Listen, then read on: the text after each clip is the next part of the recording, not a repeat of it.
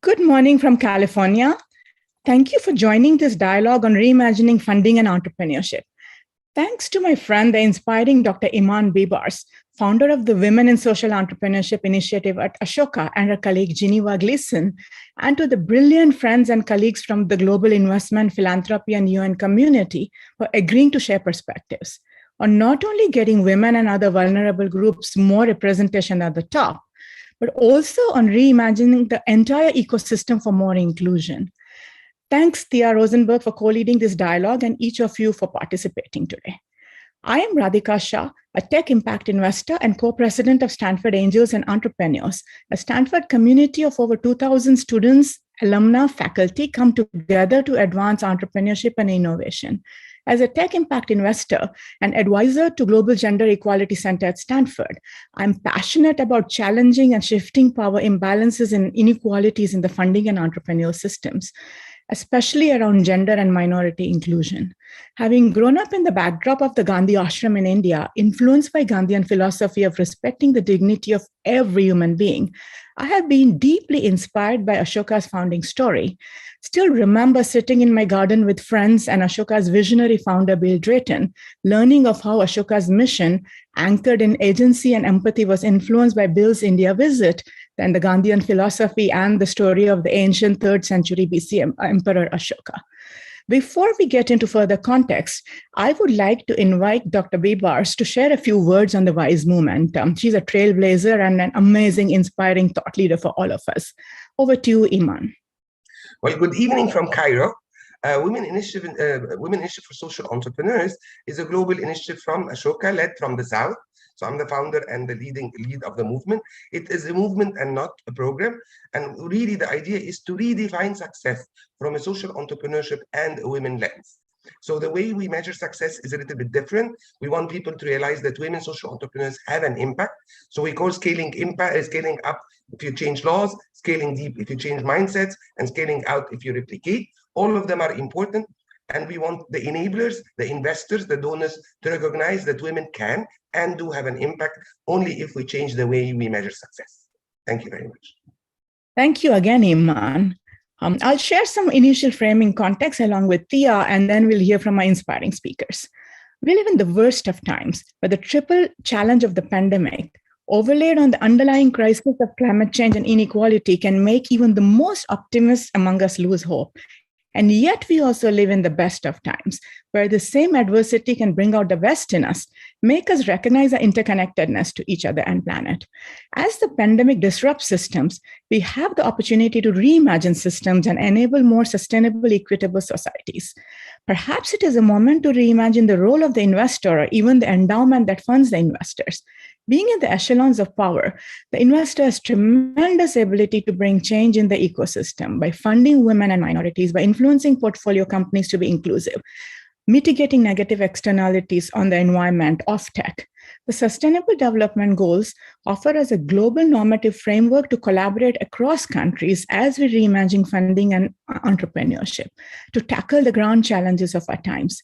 To me, the SDG spirit of leaving no one behind embodies the Gandhian spirit of respecting human dignity and thinking of a relationship to nature as that of a custodian and not of nature as a resource for us to exploit. In this last decade of action for the SDGs, we will need to change mindsets in the funding sector and redesign systems that undermine women and minorities.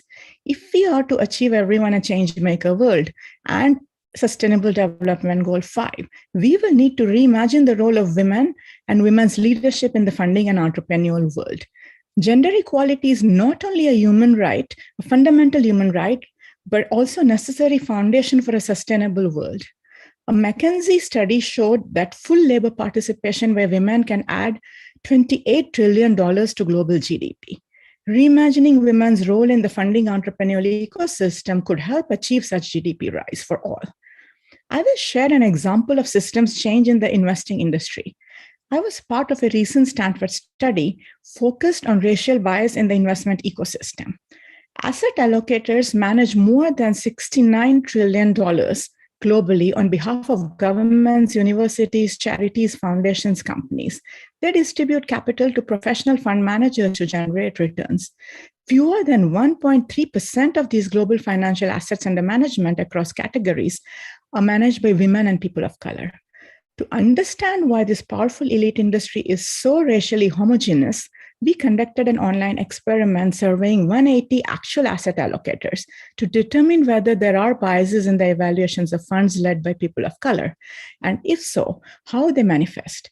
We also wanted to examine the industry thinking that this was purely a pipeline problem, that not enough qualified women and people of color fund managers, hence their lower representation. The study found evidence of racial bias in the investment decisions of asset allocators. We found that asset allocators' judgment of the team's competence was more strongly correlated with predictions about future performance for racially homogeneous white teams than for racial diverse teams, in this case, African American fund managers. We found that in general, asset allocators seem to have trouble gauging the competence of racially diverse teams. We've also found that at stronger performance levels, both on past records and funding credentials, asset allocators rated white-led fund teams more favorably than they did African-American-led fund teams. And these are identical profiles, other than just changing the face of the person leading the teams. The more qualified an African-American fund manager, the stronger the track record, the biases against them seem to get even stronger. These results suggest there are systemic racial differences and disparities in how investors evaluate funds and allocate money beyond the pipeline problem. The National Academy of Sciences published this study, and we could start challenging the entire investment industry by broadly disseminating the findings and thus starting the journey of changing mindsets, the slow, long journey. I would like to now introduce awesome Stanford student leader, Thea Rosenberg, who is co-leading this dialogue with me. Thea is graduating this summer and joining the Stanford Endowment. Over to you, Thea. Thank you so much, Radhika, and good morning, everyone. Thanks for being here today. My name is Thea Rosenberg, and I'm so honored to be co-moderating this panel today and hear from leaders who are advocates for equalizing opportunity and access. I will start introducing our speakers, and we'll start inviting them to share perspectives on how we reimagine the entire industry. Our first speaker is Siddharth Chatterjee, a resident coordinator to the United Nations China. I'm thrilled to introduce Sid, who's a visionary leader within the UN. It was deeply inspiring to collaborate with Sid, building bridges between the innovation ecosystems of Silicon Savannah and Silicon Valley, when Sid was resident coordinator in Kenya, and in which one of our speakers, Tamina Madan, and I tag teamed, and it was an exciting moment. Sid took office as the UN Resident Coordinator for China in January 2021 and is the designated representative of and reports to the United Nations Secretary General. He has more than 25 years of experience in international cooperation, sustainable development, humanitarian coordination, and peace and security in the United Nations and the Red Cross movement. He has served in many fragile and war-torn countries all over the world. A 3-time TEDx speaker, is a regular opinion contributor on humanitarian and development issues for a range of journals, which includes Newsweek, Los Angeles Times, Reuters, Huffington Post, Forbes, CNN, Al Jazeera, The Guardian, as well as of late, he has published in mainstream Chinese journals. Mr. Chatterjee holds a master's degree in public policy from Princeton University, and he is a huge champion of women's empowerment at any cost. Welcome, Sid. Thank you, Radhika. So perhaps we could start with what COVID-19 did. It kind of struck us like a bolt of lightning. And, in that flash of the lightning, we saw the contours of inequality emerge. And in those contours, it was very visible across the world, developed, developing, underdeveloped, impoverished nation states and societies. The most unequal part was the gender part, and women in that whole situation remained very vulnerable. We saw a spike in gender-based violence across the world. We saw women being laid off across the world.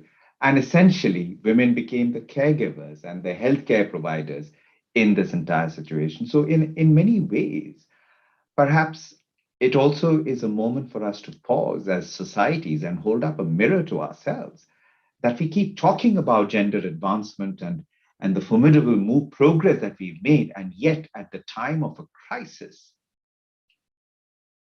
we saw those inequalities reemerge.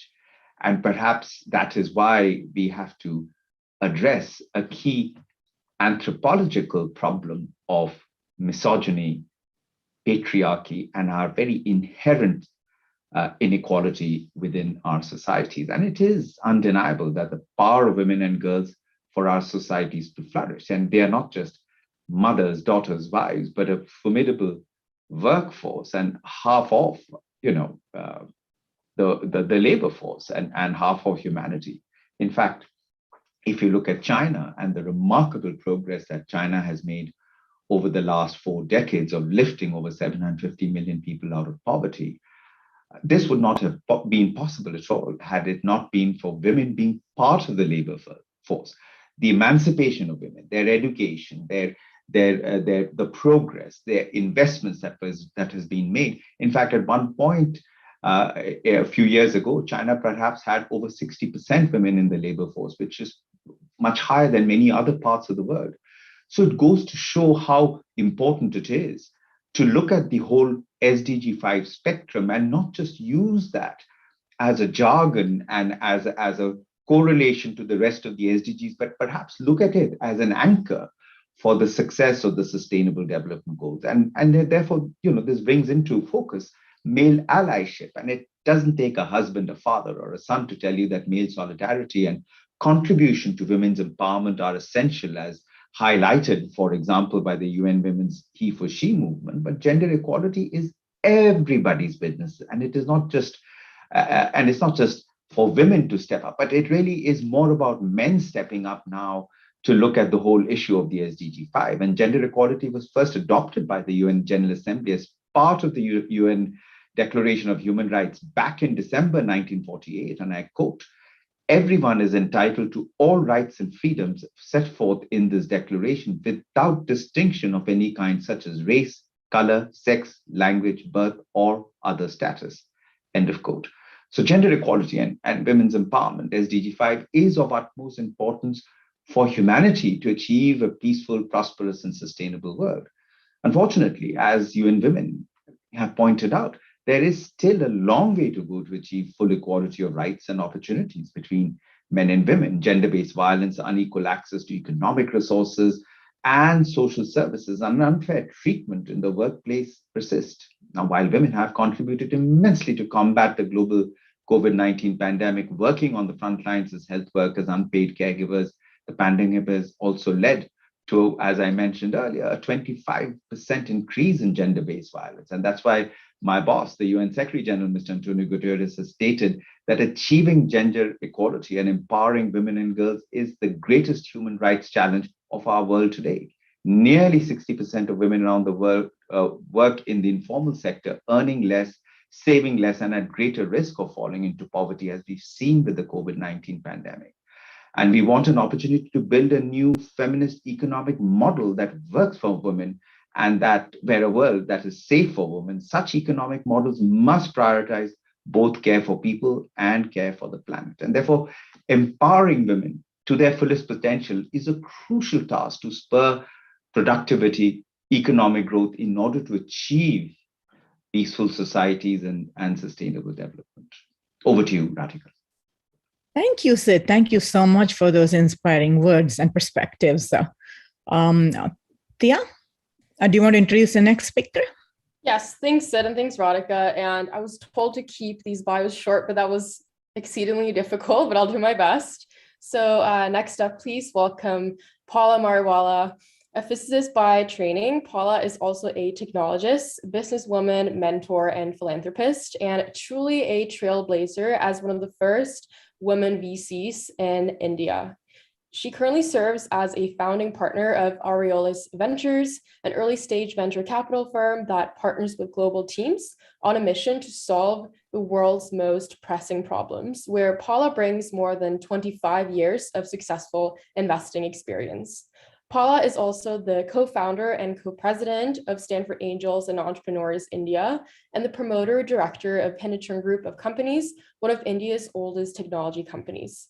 She holds a master's degree in applied physics from Stanford University, which by many accounts is one of the hardest degrees from Stanford, and also a BS in physics from St. Xavier's College in Mumbai. Paula is a strong believer in mentorship and dedicates much of her time to mentoring many young women and supporting organizations like the Gender Lab, Avanti Young Women Leaders Program, Catalyst, and Chindani Mentor Network.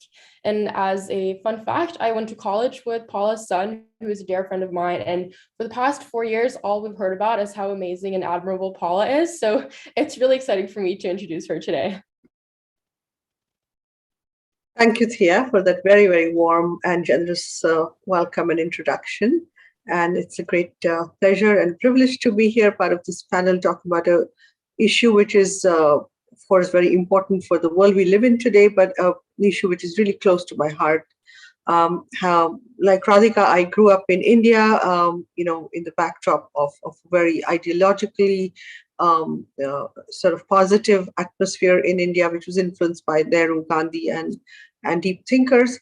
And as I grew and studied and got an opportunity to step out into the world, I recognized what a privilege it was as a woman to get all the opportunities that I did, coming as we did from a country like India, which had so many challenges.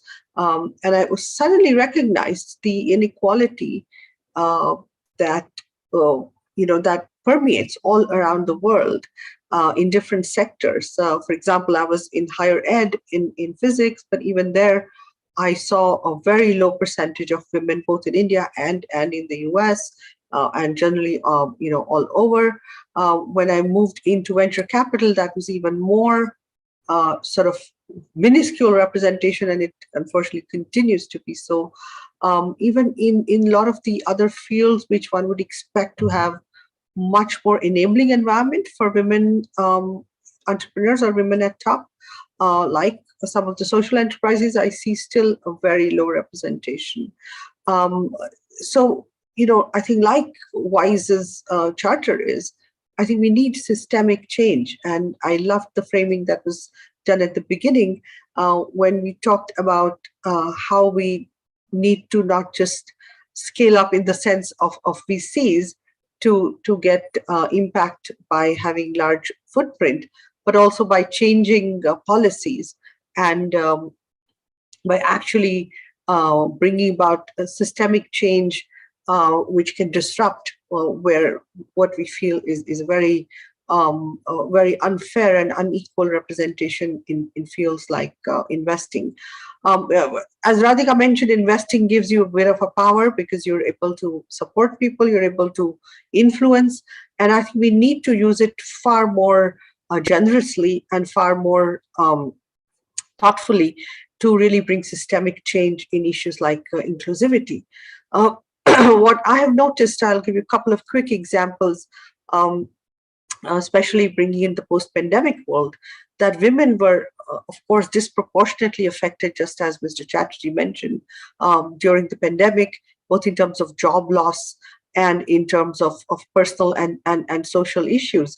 However, as a community, as both civil society and professional communities of women, of investors, I don't know if we did enough to change this. The good thing that has happened as an sort of a fallout of the pandemic is that this has been brought front and center. And, I think one is sort of recognizing the role that women can play and should play in as social entrepreneurs.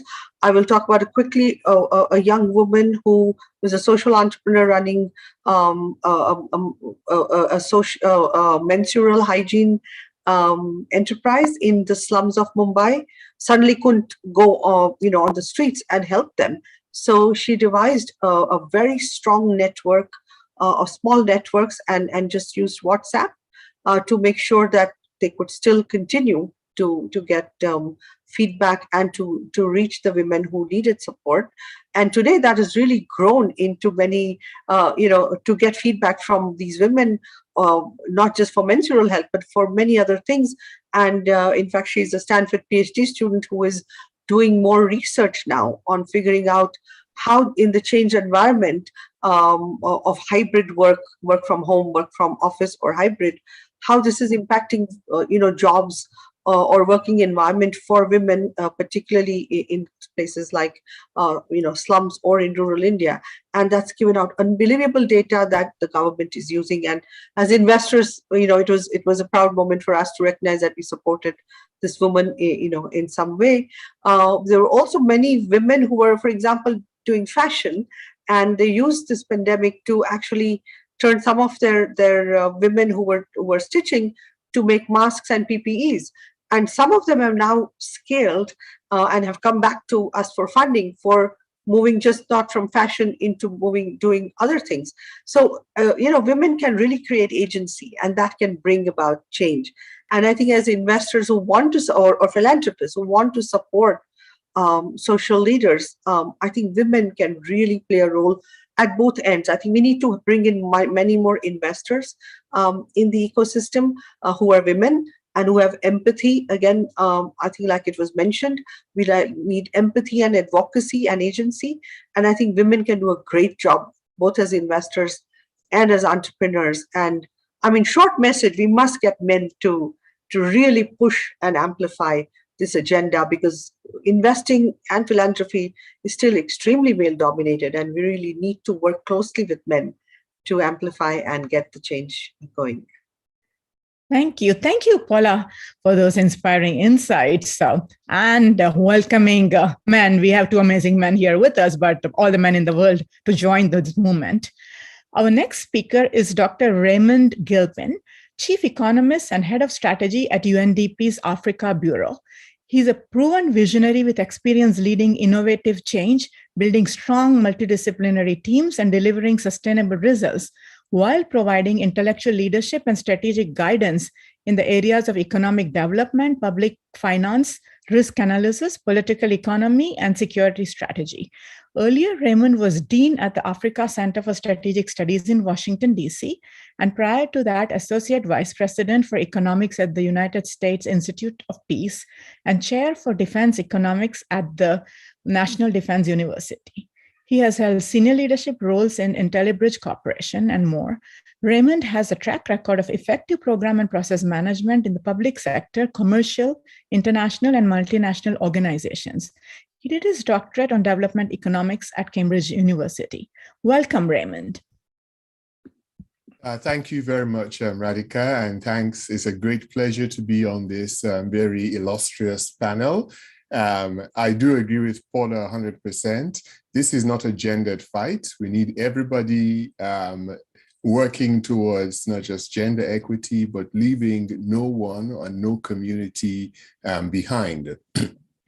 Let me start by referencing a recent book by South African political economist Greg Mills.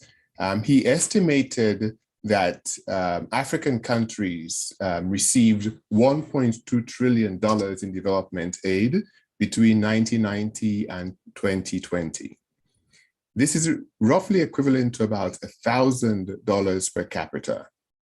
Over this same period, Africa's average income per capita rose by only $350.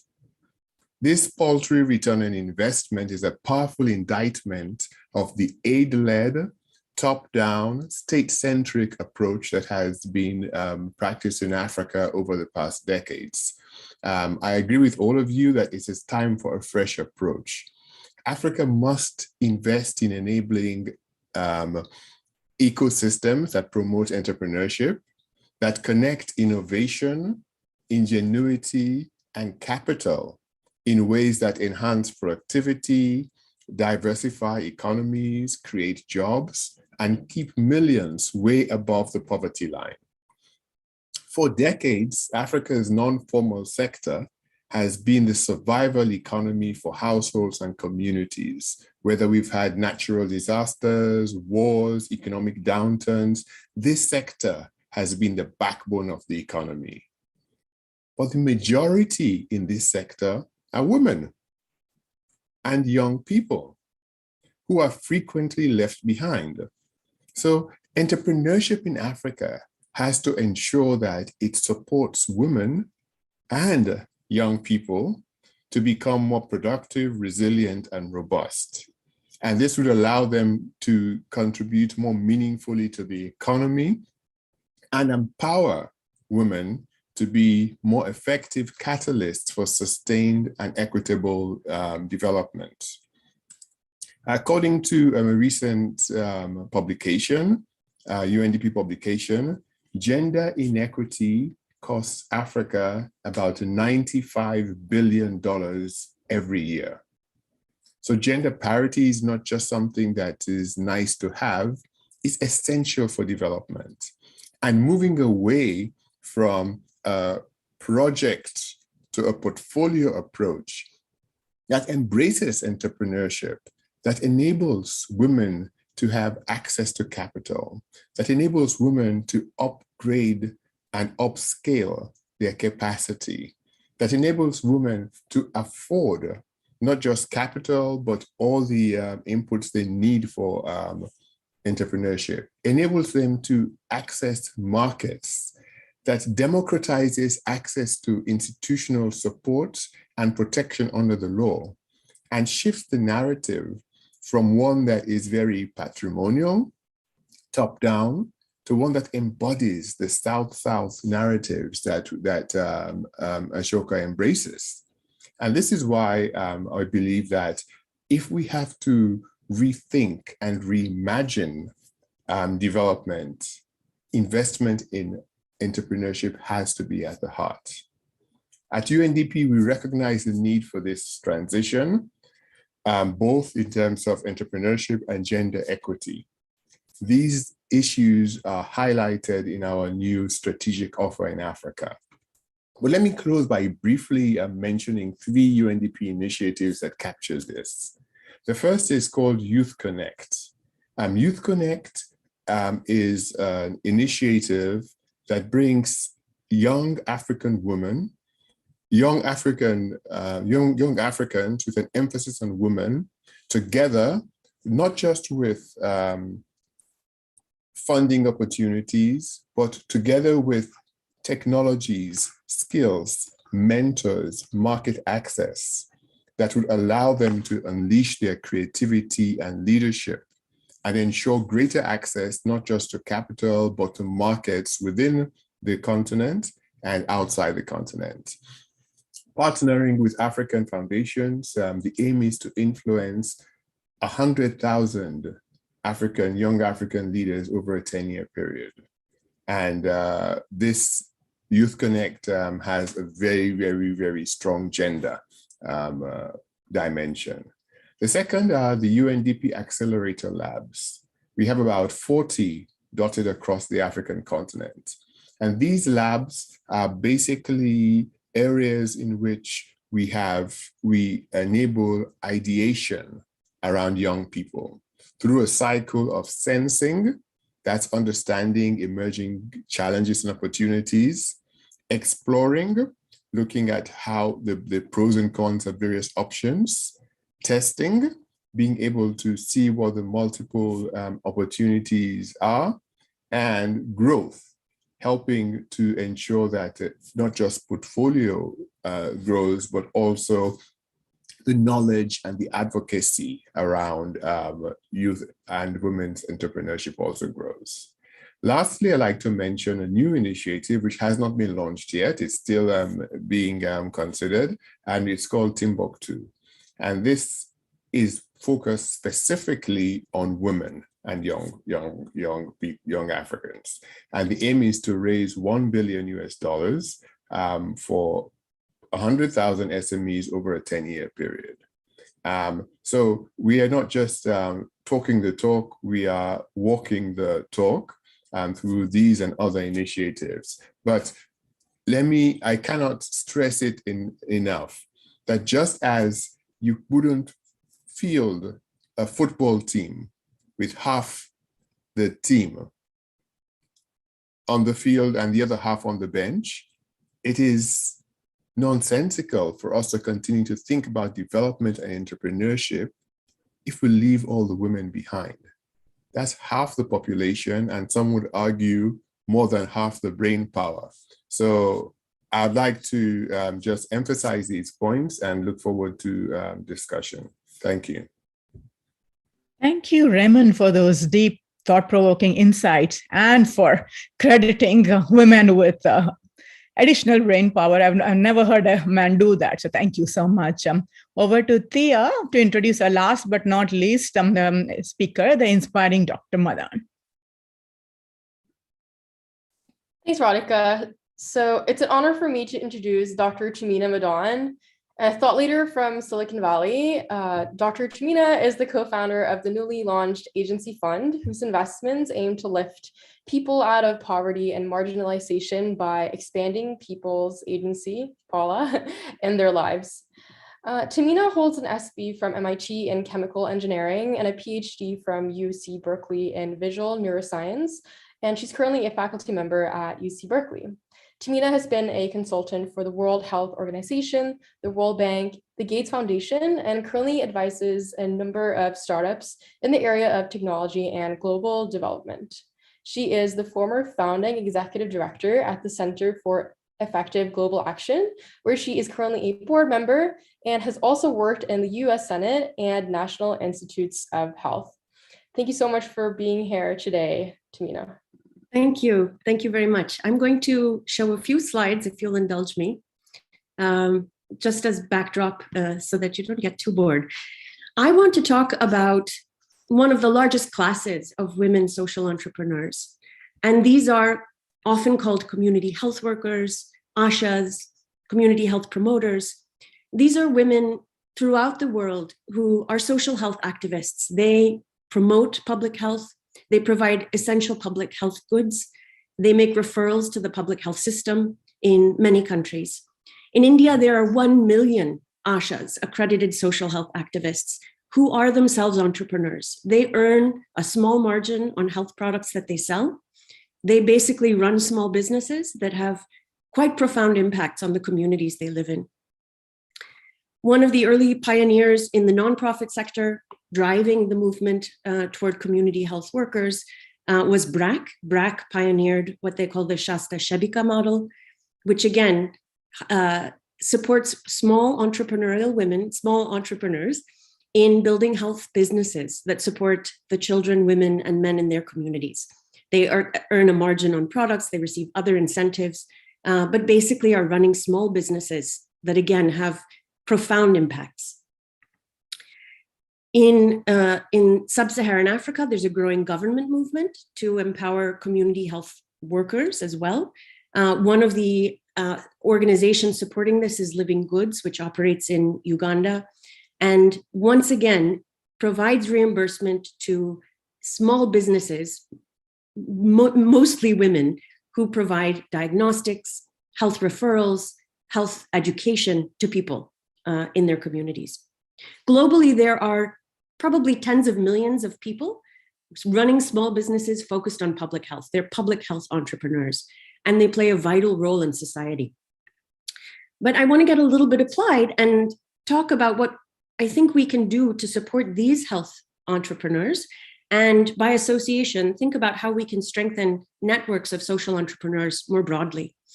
Recently, there was a development I'm not personally involved in, but have been excited about, the formation of the Community Health Impact Coalition. This is a group of organizations that support health entrepreneurs by providing them with technology, with continuing medical education, with other kinds of training and soft skills that help them deliver services, improve health outcomes in their community, and maintain their businesses. Chic, as it's called, is a coalition, almost like a professional association of organizations enabling health workers to support themselves. Chic, I think, has been profound in its ability to mobilize powerful organizations gain the visibility or gain the kind of attention of governments to shift policy in favor of these kinds of health entrepreneurs.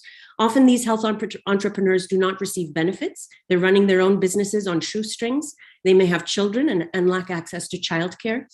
Chic and other associations like this are able to advocate for small entrepreneurs who make a big difference in their communities. Another major enabler of this group of entrepreneurs has been technology.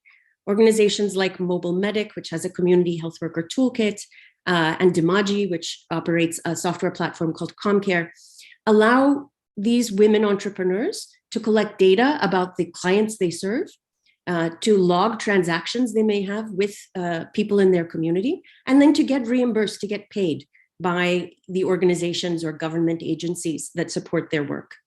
And these technologies increasingly have really focused on usability to entrepreneurs who may be lower literacy, lower numeracy, making user interface design, user experience a priority, so that this is not yet another cumbersome task that an entrepreneur has to deal with, but something that eases the frictions in their management of their businesses. And so I just want to close with a couple of very practical ideas or opportunities for focusing on and strengthening the community of social entrepreneurs in public health. I think the first is that we do need more associations or guilds for social entrepreneurs that enable peer learning, but also collective action, coming together to drive change in policy and in access to markets or business. A second is the need for organizations that provide continuing education to social entrepreneurs and support their professional development. Obviously, Ashoka has been a leader in this space, but we need many more, especially for low-income women who are social entrepreneurs who are often underserved. I think we need organizations like Chic to advocate for policy change, things like childcare, so that women can participate in entrepreneurship in their communities. And as Dr. Gilpin mentioned, we need financing for enterprise growth. Women who are running small public health businesses may need financing to hire additional staff to be able to stock new kinds of goods that communities would benefit from. And finally, as I mentioned, we need more investment in the technologies and tools that help women manage their businesses, their enterprises. There are so many frictions in managing a business when you have children, when you have caregiving responsibilities. And COVID really showed us that and showed us how challenging it is to maintain a livelihood.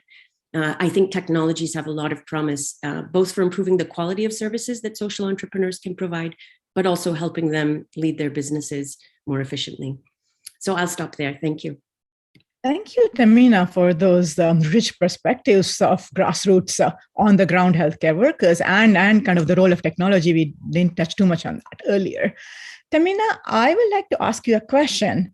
How do you view agency at a deep level? And tell us how the agency fund might play a role in advancing Ashoka's vision of everyone a change maker. What is the systems change needed in the funding ecosystem, private sector as well as philanthropy, to bring a lot more agency to every human being? Well, thank you, Radhika, for the question, because it is something that I'm focused on with the agency fund and I love to talk about. Agency is a concept from psychological research, from psychology, and it's the feeling of control over our actions and the sense that when we take an action out in the world, it will result in an outcome that we can predict. People who are marginalized by poverty, by misogyny, by any sort of shutting out, they tend to lose their sense of agency. It's very difficult to maintain a belief in your ability to control outcomes when you're consistently told that you can't do this or that you're not good enough, when you consistently see yourself being shut out or deprived of opportunities when others succeed. And so we focus on tools and technologies that can help people regain that feeling of control over their actions and the outcomes that result in the real world. This, a lot of this involves providing information to people about how others with profiles like them may have benefited from a certain choice. The example might be that farmers who have your profile, your demographics, your age, the kinds of inputs you have access to, when they make this choice, their yields tend to be 10% higher. That kind of data is not observable to people, but an organization can collect that data, process it, and feed it back to people to empower them to make decisions that benefit themselves. So we are looking for ways to bolster people's agency to make choices that advance them toward their own goals. We think this is very different from the top-down sort of donor perspective that Dr. Gilpin was mentioning, where sort of, Northerners tell people what they should be doing. Rather, we are looking to data and insights from other people's experiences, capturing those, processing them, and giving them to people so that they make decisions that align with their values, but make the best decisions they can, make the most informed decisions they can. So we think of this as a complement to the kind of mainstream aid that provides training or infrastructure or other kinds of inputs. We're instead investing in people's own mindsets, their ability to navigate the difficult choices they face when they are marginalized. Thank you, Tamina. Thank you for the amazing work you all are doing at the Agency Fund and for helping us understand agency with this deep, rich perspective. That takes me to the next question for Dr. Gilpin. This question is around shifting our mindsets around agency for Africa. Raymond, thanks for sharing the very inspiring insights. As we reimagine investing and entrepreneurship, what will it take to shift mindsets on a relationship with Africa for the rest of the world? Whether it be my world of Silicon Valley or friends from India, I often see that people think of Africa as a recipient. We are here to help Africa, purely a charitable we, the helpers, Africans, the recipients mindset. We often miss the opportunities Africa brings and can bring in a post-pandemic world. With your UN leader and economist hat on, how do you see the role of Africa in transforming the global investment entrepreneur landscape? What change is needed to get the world to reimagine its relationship with Africa, especially around entrepreneurship and investment? I'm just going to jump in quickly. Thank you so much, Radhika. Excellent question. Don't have enough time to do it justice. But I'd just like to mention three things. And the first is we need to, as Tamina rightly pointed out, look and see what's been working. Through pestilence and insecurity and wars, African women have kept households together. African women have kept communities fed, clothed, and housed. And it shows that there's something that's working in that ecosystem. And to go to scale, rather than bring in a model from outside, I think we have to enable the model with agency. And not just platitudes in terms of the numbers of women in our projects, but how are we actually seeing the partnership with women yielding the sort of impacts that we would like to see. And that way, I am confident that we would see women-owned businesses, women's skills and technology-based services transforming not just communities, but society as a whole. Second thing that Africa could bring in terms of a post-COVID dispensation would be, how do we think through consumption? The Africa Continental Free Trade Area arrangement anticipates a one Africa market, which means second to the European Union, probably the largest numerically. And how do we prepare for this? And how do we support business that would enable the African market to grow? Thirdly, in terms of transitions, whether you're looking at energy, manufacturing, services, or agriculture, we've seen Africa as the world's largest growing digital adopter. Yes, starting from a lower base, but it's growing remarkably. I see technology really enabling us to overcome a lot of the issues that have made these transitions difficult. And I think with the support and the attention and the resources necessary, we could channel a lot of change through existing socioeconomic ecosystems that are working across Africa. Thank you, Raymond. Tia, over to you. Yes, thanks, Radhika, and thanks, Raymond. I just want to remind everyone that if you have a question, please go ahead and put it in the chat, and we'll try to get to them at the end of the talk. So my next question is for Paula. As mentioned earlier by both Radhika and Sid, these are really exciting times of great opportunity, but also daunting challenges with great uncertainty. And my question is, how can investors play a role to create a more enabling ecosystem for mission-driven entrepreneurs, especially women who often face huge roadblocks on the ground with investors, governments, regulators, and other stakeholders? So from your experience, having invested for 25 years, how can investors play a more enabling role in that regard? And then secondly, if you could please share your experience of mentoring women entrepreneurs in the Indian and American ecosystem and sort of what impact that mentorship has created, that would also be great. Thank you. Sure, Thea, that's a great question and a great framing into how one can really empower mission-driven entrepreneurs. As investors, we especially for profit, even social enterprises which are for profit, investors tend to wear two lenses, right? You're trying to get impact as well as trying to get the business to be sustainable, to get it to scale, and also be profitable. So that's many different parameters right out there. Even in case of social enterprises, which is maybe not for profit, some of these things will apply because you do want to see multiplication of impact on the ground, which is sustainable and which is not just beholden to granting or large philanthropy. So it is difficult for both. For the mission-driven entrepreneur who's solving a large problem, it's often a very difficult problem in times like this, like in the post-pandemic or during the pandemic, some of these challenges multiplied. And I think the first thing as an investor who wants to not only be supportive, but smart in terms of getting the enterprise to sustain and scale, I think the most important thing is to have patience. Especially in times like this, just to give a shoulder, just to give your ear to the entrepreneur to understand what challenges they're facing, and just to understand that they require patience more than anything.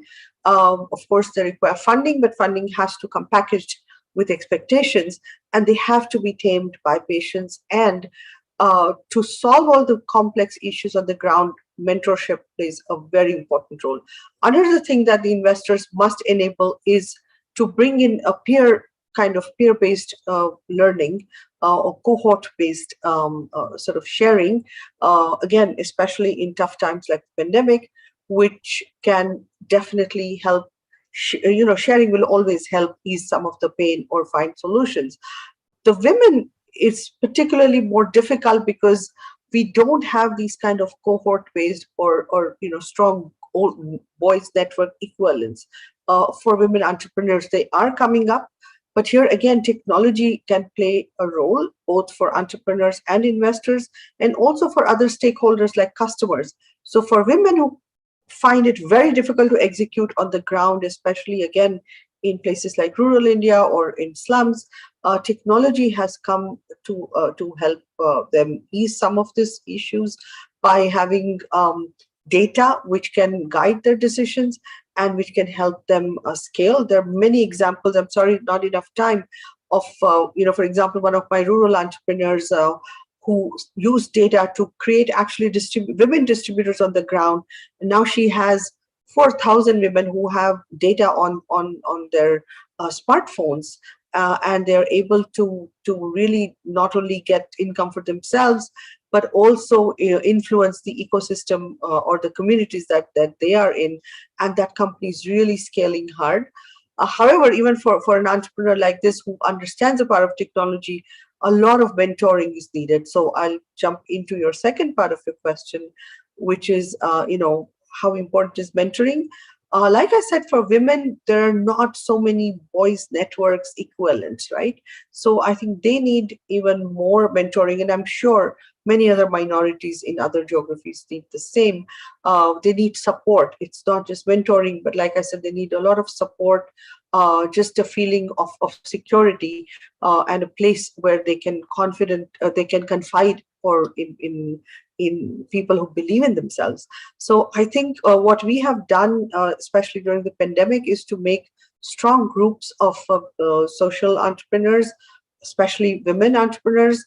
Also try to get their women constituencies involved, and gotten investors to really understand what happens on the ground. And the job you do as a mentor is to really bring in your expertise, your advisory capabilities, but most importantly, just give confidence and patience, right? So I think as investors, we sometimes forget that. But I think mentoring can actually give excellent returns to an investor, because that really, you are actually nurturing and creating somebody who is going to go and execute exactly what you want them to. And you also need to understand, especially for social entrepreneurs, that the matrices cannot be the same as what you see in regular for-profit or traditional VCs. But I can tell you that we can get excellent returns for investors. But mentoring is key. Peer learning and peer support is key. And I think for women, they must seek out mentors or people who can help them. It's okay to go seek help, I think. And for investors, it's mandatory, I would say, to make sure that entrepreneurs are getting the kind of help that they deserve. And again, I want to emphasize the role technology can play in bridging some of these holes that we have in the ecosystem. Thank you, Paula, for highlighting the role of mentoring and also nurturing as well as peer learning. My next question is for Sid. Sid, it was inspiring to collaborate with you on bridge building around innovation between Silicon Savannah and Silicon Valley, and learning stories of grassroots entrepreneurs in rural Kenya addressing healthcare, vaccines for all, at times in very controversial ways. What is your vision for our world in this complex moment of crisis? What is it going to take to achieve SDG 5 for all girls and women and make room at the top in government, corporate, finance, and all other echelons of power?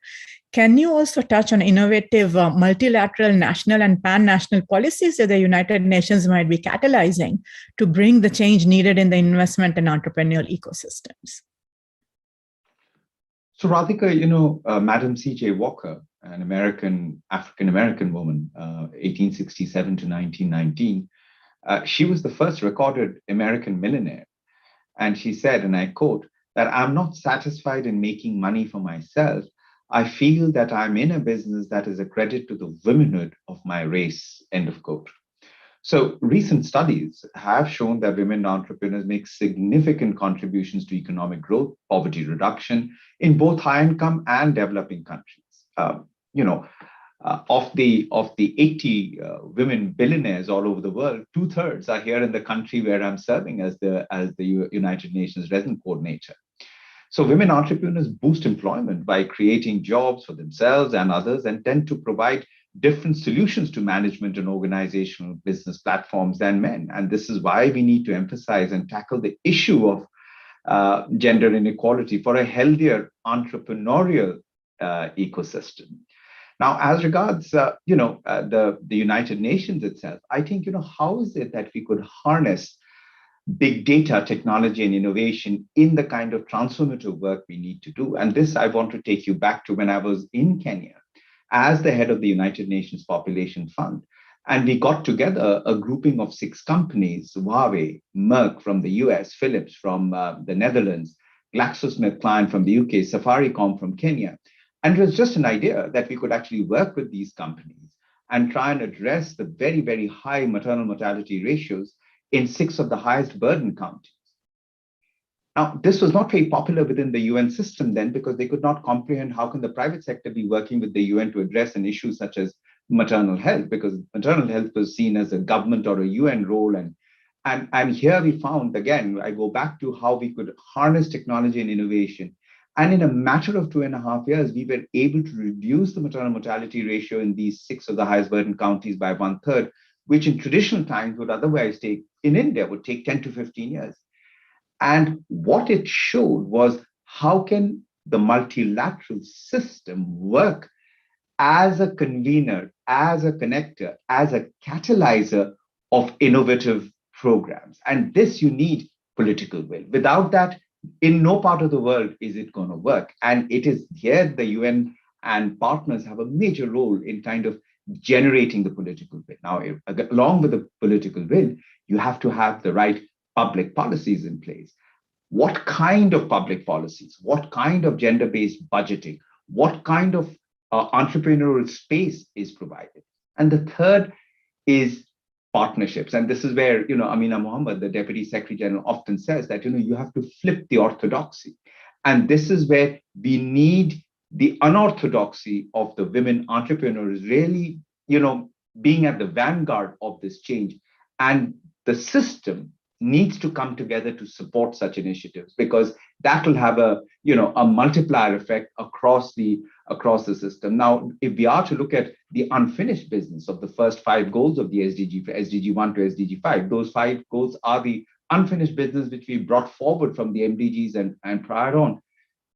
SDG 5 has remained right there, even though the world has made dramatic progress. Even now, when we see the number of graduates coming out of the science streams, whether in the top colleges out of the US or anywhere in the developing world, you will still see an unequal power relationship when it comes to hiring of women who have a science background vis-a-vis men. So I think this is where we need the right public policies, and perhaps the time of affirmative action remains absolutely germane till such time we actually achieve not just parity, but can actually see the semblance that SDG 5 has got permeated into the whole ecosystem. So I would, conclude with that and say that, ultimately, it is the initiatives that we are able to galvanize across the system, but bring to bear the full multilateral space on agreeing to this one topic, which is SDG 5 becoming the anchor for the success of the remaining 17 goals. Back to you. Thank you, Sid. Thanks, Sid, and thank you so much, everyone. We will now begin wrapping up with sort of a question for everyone. Feel free to grab the mic. And this is a dual question that comes at the importance of intergenerational mentorship and how we can learn from each other. So the first part of the question is, if you were able to give, yourself advice, a younger self, what would that be? Very briefly. And then also, who is someone, it could be a mentor, a boss, a colleague, a professor, perhaps a book that has played an important role in your life and helped you progress to the achievements that you have made in your career and life. So first is advice for younger self, and the second is who's someone who's played a role, an important role in your life. And I'd request 30 to 40-second responses as we are at time already.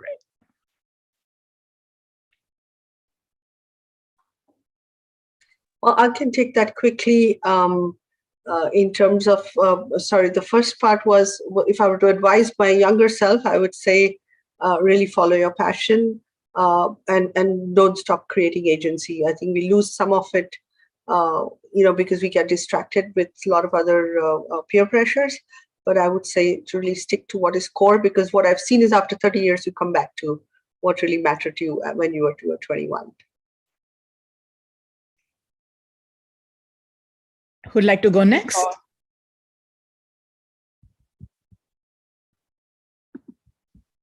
Okay, I could perhaps go next. And I would just say that, I think the younger selves is always given into flipping the orthodoxy in many ways, but that is constantly restrained by the elders saying, oh, no, you're going too fast, you're moving too fast, you're thinking too big. I just think that you must allow people to be as ambitious as possible, as versatile as possible. And when you have to build castles in the air, go ahead and build them and but make sure you put a foundation underneath it. And that, I think that would be what I would tell myself. What was the second part?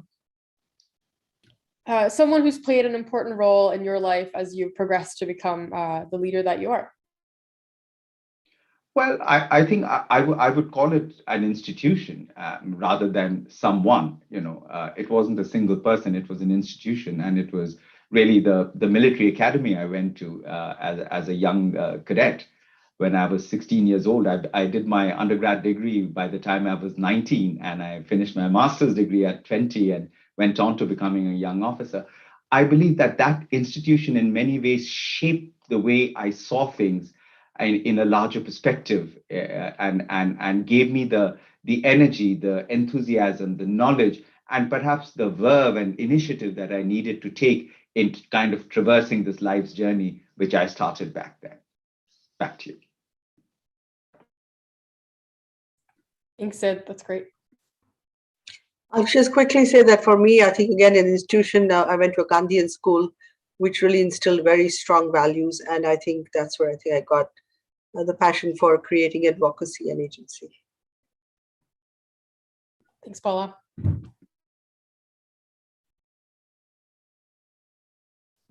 Yeah, I think from my perspective, it would be something very similar. I would tell my younger self to dare to dream. And because quite often we look at what is possible around us and not what the potential is that we could influence. And I think that for me is a very, very, very important thing that I wish I had embraced much earlier in my career. I don't have much to add, but I would say that my earlier self would have benefited from being a bit more resilient to other people's ideas and inputs, and taking in as much as I can from others, because others' perspectives are so enriching. Sometimes when we're young, we feel afraid to expose our work, our ideas ourselves to the feedback from others. And so I would say, gird yourself for those other inputs and let them enrich your work and your vision rather than seeing them as a diminishment. Thank you to all of you. And on my front, key learning has been that it's about all of us. It's about not any one of us. Even entrepreneurship is entrepreneurial spirit of each and every one of us, not just any one entrepreneur. And that is the shift, I think, needed in the world in this moment. I have always been inspired by Gandhian philosophy, but as we close out, I am going to share a few thoughts and words from inspiring Indian author Arundhati Roy, relevant to this theme. The pandemic is a portal, a gateway between one world and the next, an opportunity to break with the past and imagine the world anew. We can choose to walk through it, dragging the carcasses of our prejudices and hatred, our avarice, our data banks, and dead ideas, our dead rivers and smoky skies behind us. Or we can walk through lightly with little luggage, ready to imagine another world and ready to fight for it. Thank you again for all of your participation. Bye.